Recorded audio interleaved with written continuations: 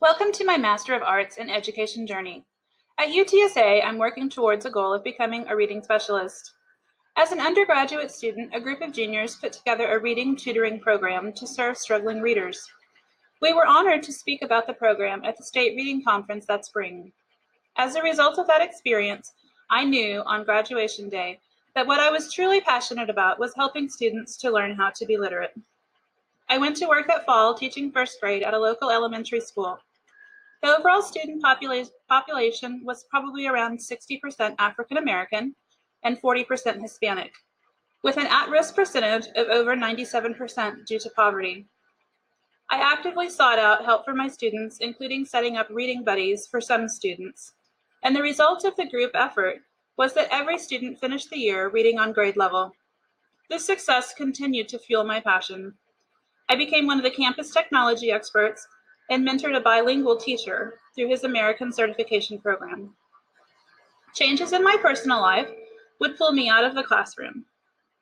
I opened a small daycare to provide income for my family and care for my son who has ASD. During this time, I wrote a grant which successfully funded a large amount of tactile learning materials for my preschool enrollees. The desire to teach has never left me, and last year my personal life finally felt like it was comfortable and stable enough for me to return to the goal of becoming a reading specialist. It is my belief that literacy is the educational piece that unlocks opportunity for students more than any other. Literacy truly does make the word come alive. Yet from our earliest studies in this course, we know that despite the United States having one of the best educated populations in the world, by the 1840s, not all people had access to education. In 1954, Brown versus the Board of Education made it illegal to deliberately segregate schools based on race.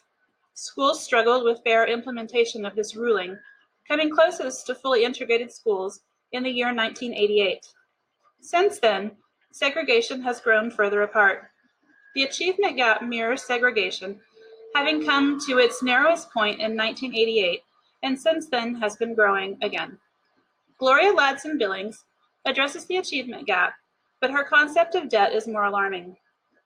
The debt is the cumulative sum of all of the yearly deficits, and students who come from marginalized populations can suffer greatly from this debt, making school achievement insurmountable. Having taught in a school serving a poor and minority population, this debt was on display every day. Students often came to school hungry and lacking sleep. Homelessness, violence, and hygiene were concerns for many students. Parents often did not understand how to help their children navigate the school system or help with their homework. Teachers dealt with many issues before teaching could take place. Ferrer's book, Pedagogy of the Oppressed, can be thought of as a pedagogy for liberation of the oppressed. It documents how he assists sugarcane workers in Brazil to become literate. The real genius of his work is not education that lifts up the workers, but rather getting the workers to take ownership of their own education. In turn, the workers educate other workers, creating a movement, lifting up an entire oppressed population. Social justice in education is not simply understanding or agreeing with ideas, but an action that pays it forward for marginalized students to succeed. I tell my students on the first day of school that it is my job to help them go to college or achieve whatever personal goals they have. And for many, this is the first time they hear this kind of talk. Anion discusses how different social classes tend to be educated. Working class schools ask students to memorize information and offer them little chance to make decisions. Affluent professional schools ask students to work creatively and independently. An expression of ideas is valued.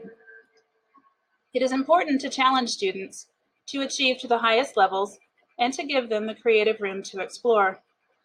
This requires that teachers allow for some chaos and also for teachers to take on a mentoring teaching style.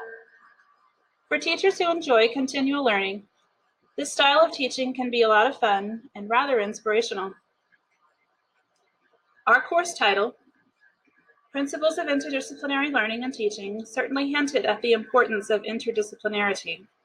This concept was introduced by Moran, who describes disciplines as the organization of knowledge and interdisciplinarity as the reorganization of this knowledge when the older ways have been outdated or have become exclusionary.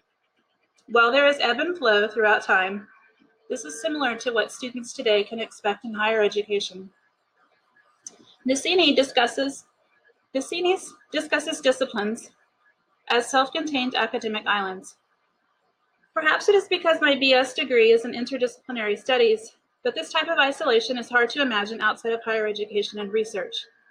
Guy coined the term discourse to mean a social language that groups speak, and this seems to hold more truth for the various academic disciplines than having them exist as self-contained islands. Interdisciplinarity can also be a vehicle for driving inquisitive thinking. This new way of considering an issue might well create new intellectual knowledge, or even a new discipline by the combining and clashing of multiple disciplines. Behaviorism, cognitivism, social constructivism, andragogy, situated learning, and constructionism were the 6 learning theories discussed in our course. Skinner suggests that behavior can be modified by positive and negative reinforcement. For behaviorism to have lasting effects in classrooms, it must be meaningful for students, and it should create a lasting effect even when the reinforcement is removed.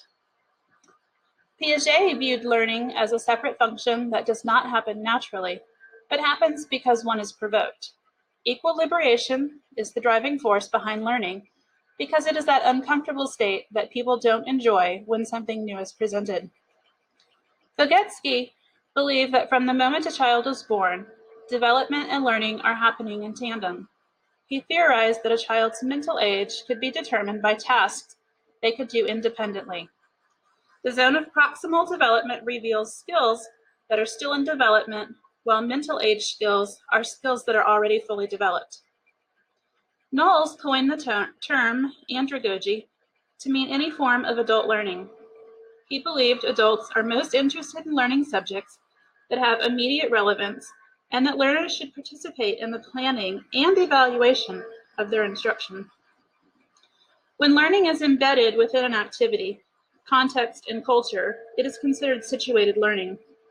Legitimate peripheral participation occurs in situated learning contexts, such as apprenticeships, and is a theory developed by Lab and Winger. Constructionism is the idea that people learn effectively through making mental models and discovery learning. Often when we think of diversity in education, we think of diversity of the races or ethnicity. Educational diversity can be quite varied and include language, culture, sexuality, ability, age, and skill with technology. This often requires rethinking our roles as educators. Urban schools in particular struggle with how to improve literacy with student populations that are culturally diverse. Often, home discourses and school discourses are very different, and the goal should be to pull home discourses of different cultures into the school environment. Through an emphasis on oral storytelling, increased verbal interaction, and helping bilingual students to read and write in both languages. Sexual diversity refers to the sexual identity and orientations among society members. Supporting sexual diversity in education teaches about respect, safety, friendships, family dynamics, myths, stereotypes, and attitudes. Full inclusion of special needs students grew out of the social development theory and the civil rights movement. Placing a student into a full inclusion classroom without support is not enough. And ultimately, the key to the value of full inclusion is whether it is socially valuable to the student receiving services. Digital natives are native speakers in the language of technology, including computers, video games, and the internet. Giving students a voice by inviting them to bring technology to the discussion can be powerful. Using technology for organization and communication requires rethinking how things were done in the past. The concepts and theories discussed in ILT 5003 give me a strong framework to evaluate my teaching experience, giving voice and understanding to real-world experiences I have had. They allow me to critically reflect on my practice to become a better teacher. Many of my practices have been rooted in research and reflect best practices, but I see room for improvement, particularly in the area of utilizing technology as a communication piece between parents, students, and myself. I'm also aware that collaboration with teachers can be far more than team lesson planning. It can be a place to learn together and advocate for our students. I'm able to see how the various learning theories are reflected in my practice, and I have a deeper understanding of the history of our educational system. My short-term goals are to return as a primary grade teacher, classroom teacher for the 2018-2019 school year, and to complete my Master of Arts in Education degree in December 2018. I will be able to take many of the key theories from Principles of ILT with me, as Boerne ISD has an increasingly diverse learner population. 2 of their elementary campuses now have over 30% of their students considered economically disadvantaged. Currington Elementary has 7% student enrollment in special education programs, 15% student enrollment in English language learner programs, and 37% of students are African American, American Indian, Asian, Hispanic, Pacific Islander, or 2 or more races. I will advocate for my students to have fair and equitable education, trying to close the achievement gap for students who suffer from educational debt. Because my students and their families come from a wide variety of backgrounds, I will create a welcoming and inviting classroom where diversity of all types is celebrated. I will teach in a manner that allows for a critical literacy lens and push students to produce work that involves application and creativity, working to ensure all students have access to books and technology. I will maintain open lines of communication and collaborate with parents, other teachers, and school administration. I will continue my education and participate actively in the International Literacy Association, Texas Association of Literacy Educators, and Kappa Delta Pi. Thanks for listening. If you would like to know more about the key ideas and theories I have discussed, here are the references.